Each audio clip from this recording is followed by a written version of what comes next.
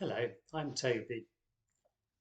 I was very fortunate to grow up in a nice middle class family, happily living together in our house in the New Forest. I had a charmed childhood. At the age of 8, I was sent to prep school. I was a day boy for the first couple of years, and then for the final 3 years, I was sent to be a boarder, which was compulsory in those days at that school, in order to prepare us for the rigours of public school later. It was an easygoing, pleasant country prep school, quite gentle. I wasn't very successful. I was kicked around quite a lot because I was very small for my age, and worse than that, I was absolutely hopeless at all the sort of formal sporting expectations. I think these days I'd be probably diagnosed as being dyspraxic or something, but of course that kind of thing didn't exist in those days. But I was overall perfectly happy, quite comfortable, apart from being nearly starved by their very small rations of disgusting food. Summer of 75, I passed my common entrance exam, got into my public school successfully, and I was looking forward to the change and feeling quite pleased with myself having passed my first important exam. Nothing really could have prepared me for the rigours of life at the public school. It was very, very big compared to my prep school, in which there were about 100 pupils. Suddenly I was with 600 to 700 pupils, many of whom looked to me as a small 13-year-old, like men. I didn't know really at first which were teachers and which were boys. In those days, fagging was still the norm, so I was allocated on my first day to be personal fag to a young man for the coming year. He was actually a very decent guy. He only wanted me to make his bed every day, clean his shoes on a Sunday, and deliver his post and rations of bread and milk to his study every day. It was easy. Many people had really, really demanding things with horrible jobs. We were also all allocated to be what was known as a school fag, with particular jobs around the school. I was allocated, along with another boy, to be ball boy for the first 15 rugby team, which was, it sounded initially innocuous enough, just collect rugby balls and they get kicked out of the touchline. Except at this particular school, there was a fast flowing brook that ran beside the rugby pitch, and we actually had to stand in the brook for the full 90 minutes of the rugby match, up to either our waist or sometimes it had been raining a lot, up to our shoulders in cold water throughout September, October, November, and December. Sometimes it was very, very cold. It was rather a nasty experience, but it, as they would have said in those days, put hairs on our chest. It wasn't really a terrible thing. It was part of what was expected from schools in those days. Less good was the fact that out of formal teaching time, the whole school was run and controlled by the prefects, who in those days could punish you in any way they wanted, including, I think, the head of house could formally beat you with a cane. He actually did that to me once, to a few of my other friends. So it was, again, that was sanctioned, it was normal, it wasn't against the law, it was just part of the deal. Beginning of the spring term was a big change for me. Having never been any good at any of the sports I'd done before, I'd elected to join the boat club. And right at the beginning, we were all lined up on our first day in height order, which meant that I was, as I had been lots of times, right at the back of the queue. And the five smallest of us were taken separately and told we were going to be trained to be coxes, the little guy who sits at the back of the boat and steers it and commands the crew. So that was the start of something different for me. Soon after that, it was my 14th birthday, so I was growing up.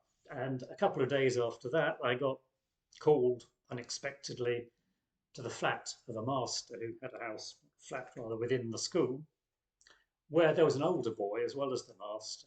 And that was the first occasion on on which I was abused. The older boy stripped me and raped me while the master watched. This was something which started to happen regularly throughout the rest of that term, the summer term, I suppose every 10 days or so, probably a total of 12, 15 times, I would think, trying to work it out retrospectively. Of course, I was devastated. I couldn't believe that such a thing would happen or even could happen. I didn't know in my innocence that that kind of thing happened anywhere. I was I was appalled. I was shocked. I didn't know what to do with myself. I couldn't tell anyone. I was very afraid. I felt guilty. I felt ashamed. And after the first week of that, I couldn't cope. I went into town. I bought a packet of aspirin and I ate the lot. I tried to commit suicide effectively. I ate 12 aspirin. I was sure I'd die, but obviously I didn't. At the same time as this was happening, I was becoming very successful as a cox. I was selected to cox the first crew, a top crew in my year group, under 15s as we were then. And that went on throughout my time at the school until I was coxing the first eight. So for the first time in my life, I experienced sporting success. I was something of importance, of sort of fame and success within the school, which really pleased me. And it was a big boost to my confidence levels, which more or less cancelled out during school time the damage that was being done to me in the other way. In the sixth form, I rebelled hugely. I began to drink a lot, generally misbehave. I hated the school. By then, the bullying had stopped. The abuse had long since stopped, and I buried that. It was gone from my head. I just tried to forget it.